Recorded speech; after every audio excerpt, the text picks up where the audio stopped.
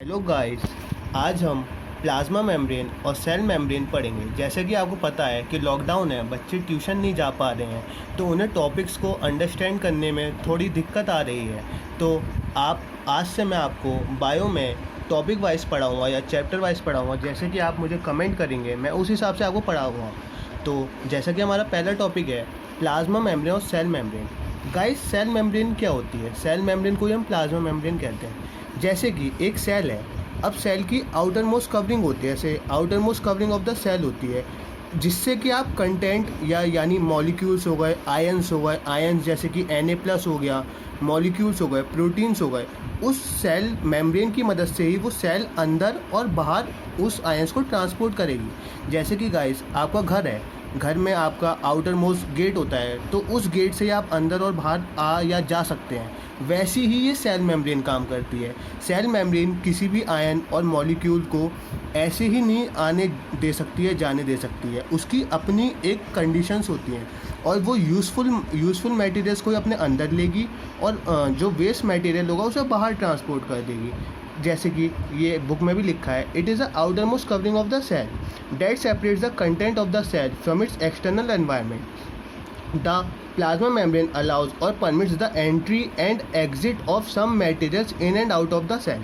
जैसा कि मैंने आपको बताया कि ये एंट्री यानी अंदर आने देगी और एग्जिट यानी बाहर आने देगी मटेरियल्स को सेल से, ताकि it also prevents movement of some other materials. ये मैंने आपको बताया, ये हर एक को अंदर या बाहर नहीं आने दे सकती है, क्योंकि कुछ हार्मफुल मटेरियल्स भी होते हैं और सेल का एनवायरनमेंट उन हार्मफुल मटेरियल्स को एडॉप्ट नहीं कर पाएगा। इसलिए हम इसे सिलेक्टिव परमेबल मेम्ब्रेन भी कहते हैं। जैसे कि इसकी सिलेक्टिविटी होती है, ये कुछ ही मॉलिक्यूल्स को अंदर आने देगी, जैसे कि जो इसके लिए नेसेसरी होंगे, जाहिर सी बात है ये उन्हें ही अंदर आने देगी, और जो इसके लिए वेस्ट मटेरियल होगा ये उन्हें बाहर भेजेगी। इसलिए ये सिलेक्टिवली परमेबल मेम्ब्रेन होती है। अब आइए आगे बढ़ते हैं। How does the movement of substances takes place into the cell. अब सबसे बड़ा क्वेश्चन है कि आपको सेल के अंदर कोई मॉलिक्यूल या आयन जैसे Na+ हो गया, सोडियम पोटेशियम K+ हो गया, तो ये कैसे अपने अंदर बुलाएगा, और how do substances move out of the cell. अब सब्सटेंसेस अंदर और बाहर कैसे आएंगे, तो आइए देखते हैं। अब आपको पता होगा कि हमारी सेल के लिए some substances like carbon dioxide और oxygen can move across the cell membrane by a process called diffusion. अब यहाँ से एक बहुत इंपॉर्टेंट क्वेश्चन बनता है कि कार्बन डाइऑक्साइड और ऑक्सीजन जो है, जो हमारी सेल मेम्ब्रेन के जैसे ऑक्सीजन, हमारी सेल को ऑक्सीजन की नीड होगी, तो वो सेल मेम्ब्रेन ऑक्सीजन को अंदर लेना चाहेगी और कार्बन डाइऑक्साइड को बाहर फेंकेगी। तो ये कैसे पॉसिबल है? ये पॉसिबल है डिफ्यूज़न की मदद से। ये बहुत ही इंपॉर्टेंट और यूज़फुल प्रोसेस है गाइस। आइए इसे पढ़ते हैं और मैं आपको सब बताऊंगा, एक एक नॉलेज ट्रिक से बताऊंगा कि ये कैसे काम करता है। We have studied the process of diffusion in early chapters. जैसे कि आपने पहले पढ़ा होगा डिफ्यूज़न के बारे में। We saw that there is a spontaneous movement of substances from a region of higher concentration to a region of lower concentration. जैसे कि मान लीजिए गाइस, एक सेल है, अब इस सेल में आपको पता है जैसे कि सेल है, अब इस सेल को जैसे कि सेल में CO2 है और बाहर का एनवायरनमेंट में ऑक्सीजन है, तो आपको पता है ऑक्सीजन का एनवायरनमेंट में कंसंट्रेशन काफ़ी ज़्यादा है, हायर कंसंट्रेशन में मौजूद है। और जैसे कि CO2 का कंसंट्रेशन हमारी सेल में ऑक्सीजन का कंसंट्रेशन कम है, तो ये जो ऑक्सीजन का कंसंट्रेशन जो बाहर ज़्यादा है, ये हायर से लोअर में जाएगा, यानी ये बाहर के एटमॉस्फेयर से हमारी सेल के एटमॉस्फेयर में आए। चलिए एक और एग्जांपल देते हैं गाइस डिफ्यूज़न का, जिससे आप सब फैमिलियर होंगे, आप सब जानते होंगे। जैसे आपको पता है हमारे घर में टैंकर होता है जो छत पे लगा होता है। अब उस टैंकर में जाहिर सी बात है सबसे ज़्यादा पानी उसी टैंकर में होता है, तो उस टैंकर से आपके वॉश बेसिन में, आपके बाथरूम में, टॉयलेट्स में और आपके घर की टंकियों में उसी टैंकर से पानी आता है। तो जैसे ये एग्जांपल आप डिफ्यूज़न से कहीं ना कहीं लिंक कर सकते हैं कि यहाँ वाटर का कंसंट्रेशन ज़्यादा है और यहाँ वाटर का कंसंट्रेशन कम है, तो ये हायर से लोअर में आना चाहेगा। ये एक नेचुरल प्रोसेस है गाइस, और ये बहुत ही अच्छी प्रोसेस है। मतलब बहुत ज़्यादा गैसेस का आपको डिफ्यूज़न से ही आप ऑक्सीजन अंदर ले सकते हैं, कार्बन डाइऑक्साइड बाहर छोड़ सकते हैं। जैसे कि आप प्लांट्स में जो पानी आता है उसमें भी डिफ्यूज़न और ऑस्मोसिस का बहुत बड़ा रोल होता है। ऑस्मोसिस अभी हम आगे पढ़ेंगे, तो आइए आगे चलते हैं। यहाँ तक हमने कर लिया था from higher concentration to a region where its concentration is low. तो यहाँ से एक क्वेश्चन इंपॉर्टेंट बनता है गाइस। आइए, something similar to this happen in cells. Cells में ऐसा ही होता है जैसे कि मैंने आपको बताया ऑक्सीजन वाला। For example some substances like CO2 जो सेल्यूलर वेस्ट है, जाहिर सी बात है हमारी बॉडी को ऑक्सीजन चाहिए और CO2 से बाहर भेजना है, and requires to be excreted out of the cell. Cell से जाना चाहेगी CO2 क्योंकि ज़रूरत नहीं है। Accumulates in higher concentration inside the cell. अब जैसे कि सेल में हमारी CO2 की कंसनट्रेशन ज़्यादा हो गई है, तो अब हमें CO2 निकालना है क्योंकि हमारे लिए CO2 वेस्ट प्रोडक्ट है। तो हमें क्या करना है, हम इसके लिए डिफ्यूज़न का इस्तेमाल करेंगे। तो in the cell external environment the concentration of CO2 is low. बाहर के एनवायरनमेंट में कंसनट्रेशन CO2 की लो है as compare to that inside the cell. हमारी सेल में कंसनट्रेशन CO2 की ज़्यादा हो गई है जो कि हमें नहीं चाहिए। तो अब हमें क्या करेंगे, देयर इज़ अ डिफरेंस हो गया गाइस बाहर की कंसनट्रेशन CO2 और अंदर की सेल की कंसनट्रेशन में। तो जहाँ पे भी कंसनट्रेशन डिफरेंस आएगा वहाँ पे डिफ्यूज़न फॉलो होगा। आइए आगे चलते हैं। As soon as there is a difference of concentration of CO2 inside and outside the cell, तो CO2 moves out of the cell. CO2 cell से बाहर जाना चाहेगा from a region of higher concentration to a region of lower concentration. Guys cell में CO2 का concentration ज़्यादा था तो CO2 का कंसनट्रेशन सेल में ज़्यादा था, और बाहर के रीजन में ऑक्सीजन ज़्यादा होती है एटमॉस्फेयर में। हमारे एटमॉस्फेयर में ऑक्सीजन ज़्यादा है और CO2 कम है, तो हम हायर कंसनट्रेशन से लोअर कंसनट्रेशन में CO2 चला जाएगा डिफ्यूज़न की मदद से। एक ये एग्जांपल बहुत अच्छा है, एक और एग्जांपल आपके आगे आएगा। सिमिलरली अब हम ऑक्सीजन का देखते हैं। Oxygen enters the cell by the process of diffusion. देख लीजिए ये लाइन बहुत इंपॉर्टेंट है।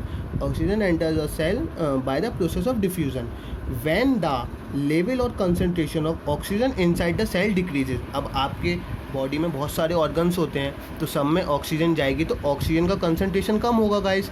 जब ऑक्सीजन का कंसनट्रेशन कम होगा सेल में तो diffusion plays a important role. Diffusion कैसे इंपॉर्टेंट रोल प्ले करेगा, हमारे जैसे मान लीजिए आउटसाइड द एनवायरनमेंट, हमारे जो एनवायरनमेंट है वो ऑक्सीजन रिच एनवायरनमेंट है। एनवायरनमेंट हमारा ऑक्सीजन रिच है, ऑक्सीजन रिच एनवायरनमेंट है, और हमारी सेल में ऑक्सीजन का कंटेंट कम है, कंटेंट लो है। अब डिफ्यूज़न कैसे रोल प्ले करेगा, डिफ्यूज़न इस ऑक्सीजन रिच एनवायरनमेंट से इस लो एनवायरनमेंट में आएगा। तो ये ऑक्सीजन रिच एनवायरनमेंट कैसा हो गया, हाई, और हमारा ये एनवायरनमेंट कैसा हो गया, लो। तो ये हाई से लो आएगा bye the process called diffusion. Diffusion से आएगा ये, समझेगा इस। आइए आगे बढ़ते हैं। 10 diffusion plays an important role in the gases exchange. ये बहुत इंपॉर्टेंट लाइन है। गैसेस एक्सचेंज में डिफ्यूज़न बहुत ही अच्छा और इम्पॉर्टेंट रोल प्ले करता है between the cells as well as external environment. अब देखिए, हाँ गाइस, अब एक और इम्पॉर्टेंट लाइन जो आपके पेपर में आने की काफ़ी संभावना है। Water also obeys the laws of diffusion. अब आप रिलेट कर सकते हैं मेरे इस एग्जाम्पल से जो मैंने आपको यहाँ समझाया था कि एक टैंकर है, उसमें हर आपके टैप में पानी इसी टैंकर से आएगा। ऐसी ही वाटर जैसे मान लीजिए the movement of water molecules through such a selective permeable membrane यानी plasma membrane is called osmosis. अब आप समझ सकते हैं ऑस्मोसिस, एक और इम्पॉर्टेंट टर्म है ऑस्मोसिस। अब जैसे मान लीजिए डिफ्यूज़न में था कि आपका हायर कंसनट्रेशन से लोअर कंसनट्रेशन पे आएगा मॉलिक्यूल, ऐसी ये अगर मूवमेंट ऑफ वाटर, अगर मान लीजिए उस मॉलिक्यूल की जगह वाटर हो जाए, वाटर आएगा, अगर मान लीजिए movement of water across the plasma membrane, जो मूवमेंट ऑफ वाटर होगा प्लाज्मा मेम्ब्रेन से, उसको हम ऑस्मोसिस कहते हैं। The movement of water across the plasma membrane is also affected by the amount of substance dissolved in water. जैसे कि मान लीजिए कितना अमाउंट है, कितना वाटर का अमाउंट है, वो जाहिर सी बात है अफेक्ट करेगा ऑस्मोसिस में। जैसे कि plasma membrane also affected by the amount of substance dissolved in water. जाहिर सी बात है गाइस, जितना ज़्यादा अमाउंट ऑफ वाटर होगा उतना ही ज़्यादा प्लाज्मा मेम्ब्रेन पे इफेक्ट करेगी वो बात। ये मैं आपको अभी बताऊंगा। Thus osmosis is the passage of water from a region of higher concentration to a lower concentration. जैसे कि मैंने आपको बताया था, अगर वाटर का केस होगा तो उसमें ऑस्मोसिस कहलाया जाएगा।